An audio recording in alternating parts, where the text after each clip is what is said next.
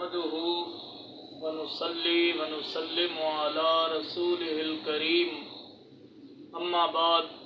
فاعوذ بالله من الشیطان الرجیم بسم اللہ الرحمن الرحیم۔ محترم، ماہ ذی الحجہ شریف کے اپنے بہت سارے فضائل ہیں، مناقب ہیں، مسائل ہیں، معاملات ہیں۔ ماہ ذی الحجہ شریف کے معاملات اور مسائل پر اور متفرق امور پر ویڈیو بنا کر آپ کے سامنے پیش کریں گے۔ سر دست جو چیز اہم سمجھی اور جس چیز کو میں نے بہت زیادہ محسوس کیا کہ سب سے پہلے اسے بیان کر دینا چاہیے، وہ یہ مسئلہ ہے کہ صحیح مسلم شریف میں یہ حدیث پاک ہے کہ اللہ کے نبی صلی اللہ تعالیٰ علیہ وآلہ وسلم نے یہ ارشاد فرمایا کہ جس شخص کا قربانی کرنے کا ارادہ ہو اسے چاہیے کہ وہ بال نہ لے، یعنی بال نہ کاٹے، اور ناخن نہ کاٹے یہاں تک کہ وہ قربانی کر لے۔ قربانی کر لینے کے بعد پھر اسے اجازت ہے کہ وہ اپنے بال بھی کاٹ سکتا ہے اور اپنے ناخن بھی کاٹ سکتا ہے۔ صحیح مسلم شریف کی حدیث پاک آپ کے سامنے میں پڑھتا ہوں۔ ان ام سلمۃ ان النبی صلی اللہ علیہ وسلم قال، حضرت ام سلمہ سے روایت ہے، نبی پاک صلی اللہ علیہ وآلہ وسلم کی زوجہ ہیں، ام المومنین ہیں، ام سلمہ رضی اللہ تعالی عنہا فرماتی ہیں کہ نبی پاک صلی اللہ علیہ وسلم نے فرمایا، اذا رأیتم ہلال ذی الحجۃ، جب تم ذی الحجہ کے ہلال کو دیکھ لو، چاند کو دیکھ لو نئی تاریخ کے، وَأَرَادَ أَحَدُكُمْ أَن يُضَحِّيَ، اور تم میں سے جس شخص کا قربانی کرنے کا ارادہ ہو، فَلْيُمْسِكْ عَنْ شَعْرِهِ وَأَظْفَارِهِ، بس نہ تو وہ اپنے بال کاٹے اور نہ ہی اپنے ناخن کاٹے۔ اس حدیث پاک میں واضح طور پر اللہ کے نبی صلی اللہ علیہ وآلہ وسلم نے یہ حکم ارشاد فرمایا ہے کہ جس شخص کا قربانی کرنے کا ارادہ ہے تو وہ ذی الحجہ کا چاند دیکھ کر نہ ناخن کاٹے اور نہ ہی اپنے بال کاٹے۔ تو اس حدیث پاک سے یہ معلوم ہوا کہ جس شخص کا قربانی کرنے کا ارادہ بھی ہو تو وہ بھی اس حکم پہ عمل کرے، اور بالخصوص وہ شخص جو قربانی کا جانور خرید چکا ہو، اپنے گھر لا چکا ہو چاند دیکھنے سے پہلے ہی،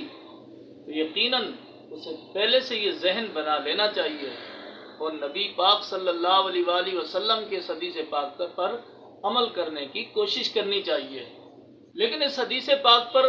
جو عمل ہے اور اس حدیث پاک میں جو حکم ہے کہ جو قربانی کرنا چاہتا ہے یا جس کا قربانی کا ارادہ ہے تو ذی الحجہ کا چاند دیکھ کر نہ وہ اپنے بال کاٹے نہ وہ اپنے ناخن کاٹے۔ یہ جو حکم ہے اس حکم کی شرعی حیثیت کیا ہے؟ اللہ کے نبی صلی اللہ علیہ وآلہ وسلم کا جو فرمان پاک ہے یہ کس درجے میں ہے؟ تو علماء کرام نے اس حدیث کے تناظر میں چند تشریحات اور توضیحات لکھی ہیں، وہ تشریحات اور توضیحات میں آپ کے سامنے پیش کرتا ہوں۔ پہلی بات تو یہ ہے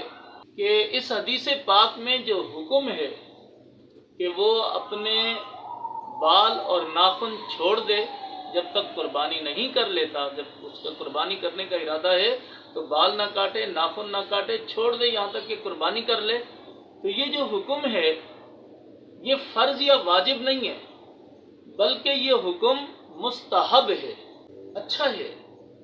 کوئی شخص اس حکم پہ عمل کرتا ہے تو بہت اچھی بات ہے، سعادت کی بات ہے کہ وہ شخص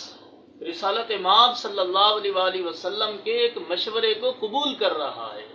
اللہ کے نبی صلی اللہ علیہ وآلہ وسلم کی طرف سے یہ ایک مشورہ ہے، اللہ کے نبی صلی اللہ علیہ وآلہ وسلم کی طرف سے یہ ایک دعوت ہے کہ ایسا کرنا چاہیے۔ اگر کوئی شخص کرتا ہے اور سنت کی نیت سے کرتا ہے اور اس نیت سے کرتا ہے کہ اللہ کے نبی صلی اللہ علیہ وآلہ وسلم نے یہ حکم دیا ہے تو وہ باعث اجر و ثواب ہے۔ تو یہ حکم مستحب ہے، پہلی بات تو یہ یاد رکھنی چاہیے، اور اس کے استحباب پر، مستحب ہونے پر امت کا اجماع ہے۔ ہماری فقہ حنفی کی مایہ ناز مستند اور مشہور کتاب رد المحتار میں ہے، وہ اس حدیث پاک پر تبصرہ کرتے ہوئے لکھتے ہیں کہ وَمِمَّا وَرَدَ فِي صحیح مسلم قال رسول اللہ صلی اللہ علیہ وسلم اذا دخل العشر واراد احدکم ان یضحی فلا یأخذن شعرا ولا یقلمن ظفرا فهذا محمول على الندب دون الوجوب بالاجماع۔ رد المحتار میں ہے کہ صحیح مسلم شریف کی حدیث میں جو یہ آیا ہے کہ اللہ کے نبی صلی اللہ علیہ وآلہ وسلم نے فرمایا کہ جب عشرہ ذی الحجہ داخل ہو اور تم میں سے کسی کا قربانی کا ارادہ ہو تو نہ وہ اپنے بال کاٹے نہ وہ اپنے ناخن کاٹے۔ یہ والا حکم ندب پر محمول ہے، استحباب پر محمول ہے، نہ کہ وجوب پر، یعنی یہ حکم استحبابی ہے، وجوبی نہیں ہے، اس پر عمل کرنا لازم فرض نہیں ہے کہ اگر کوئی چھوڑ دے تو وہ گناہگار ہوگا، ایسا نہیں ہے، کر لے تو اچھی بات ہے، باعث ثواب ہے، اور بالخصوص جب اس نیت سے کرے گا کہ اللہ کے نبی نے یہ حکم دیا ہے، پیارے پیغمبر صلی اللہ علیہ وآلہ وسلم نے یہ ارشاد فرمایا ہے، تو پھر اس کو ثواب بھی ملے گا۔ لیکن یہ حکم وجوبی نہیں ہے، لازم نہیں ہے، فرض نہیں ہے، یہ صرف رسول پاک صلی اللہ علیہ وآلہ وسلم کا مشورہ ہے، استحبابی حکم ہے۔ دوسری گزارش یہ ہے کہ اس میں ایک بات کا یہ خیال رکھنا چاہیے کہ کوئی شخص قربانی کا ارادہ رکھتا ہے اور چاند دیکھنے کے بعد اس نے اپنے بال بھی چھوڑ دیے، ناخن بھی چھوڑ دیے، لیکن ایک بات کا لازمی دھیان رکھے